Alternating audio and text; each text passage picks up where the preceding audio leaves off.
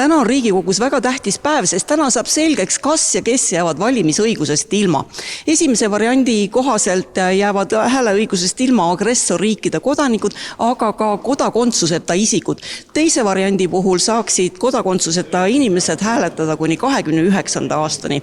Veel eilse õhtuni kardeti, et sotsid hakkavad seda plaani pidurdama, aga üleöö juhtus imeline muutumine. Me ei ole seda meelt kunagi olnud, et me saaks võrdsustada siis agressorriikide kodanikud ja kodakondsust mitte omavad isikud. Kaalukaussi aitas kaalutada ka see, et vastasel juhul protsessiga minnakse edasi, aga järgmised 3 aastat, siis see teema on üleval, see teema polariseerib Eesti ühiskonda, see lõhub seda ühtsust, mis siin on ja selle teema käigus kindlasti siis ka alavääristataks või lükatakse mingid teatud inimesi hoopis rohkem Eestist eemale. Meie toetame päikeseloojangu klauslilt, nii nagu seda hellitavalt nimetatakse, mis ma arvan, et on väga ilus nimetus sellele, et nüüd veel see kord siis hallipassi inimesed saavad kohalikel valimistel osaleda ja edaspidi siis saavad valimistel osaleda ainult Eesti kodanikud ja sellest sügisest siis agressorriigi kodanikud enam kohalikel valimistel valida ei saa.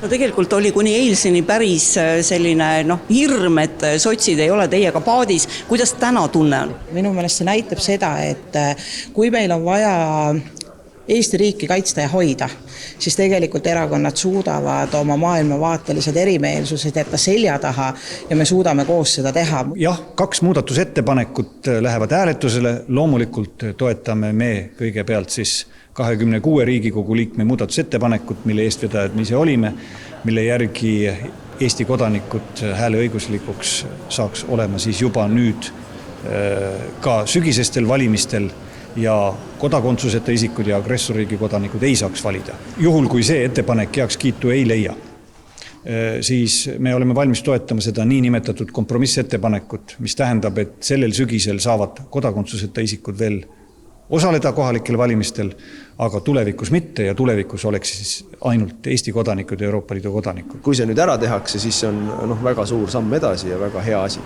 No, igal juhul räägitakse, et hallipassi omanikud saavad ikkagi kuni 29. aastani valida, et see on ikka selline kummi venitamine. No see on, ütleme, see on kompromiss ja see on ülemineku lahendus.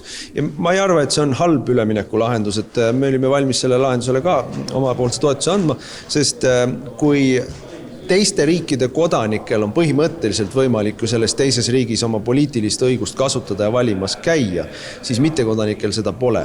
Ja nüüd me anname nendele inimestele, kes ei ole endale kodakondsust võtnud, kas siis ei ole teinud seda naturalisatsiooniprotsessi läbi Eestis või on kuskil mingis teises riigis võimalik neil see võtta, et nad ei ole seda teinud, siis neil on nüüd aega 5 aastat see asi korda teha.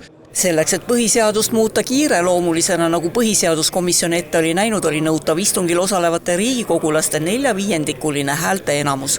Alles pärast selle hääletustulemuse saamist saab Riigikogu otsustada eelnõu seadusena vastuvõtmise. Olgu kohe ka öeldud, et esimene muudatusettepanek läbi ei läinud.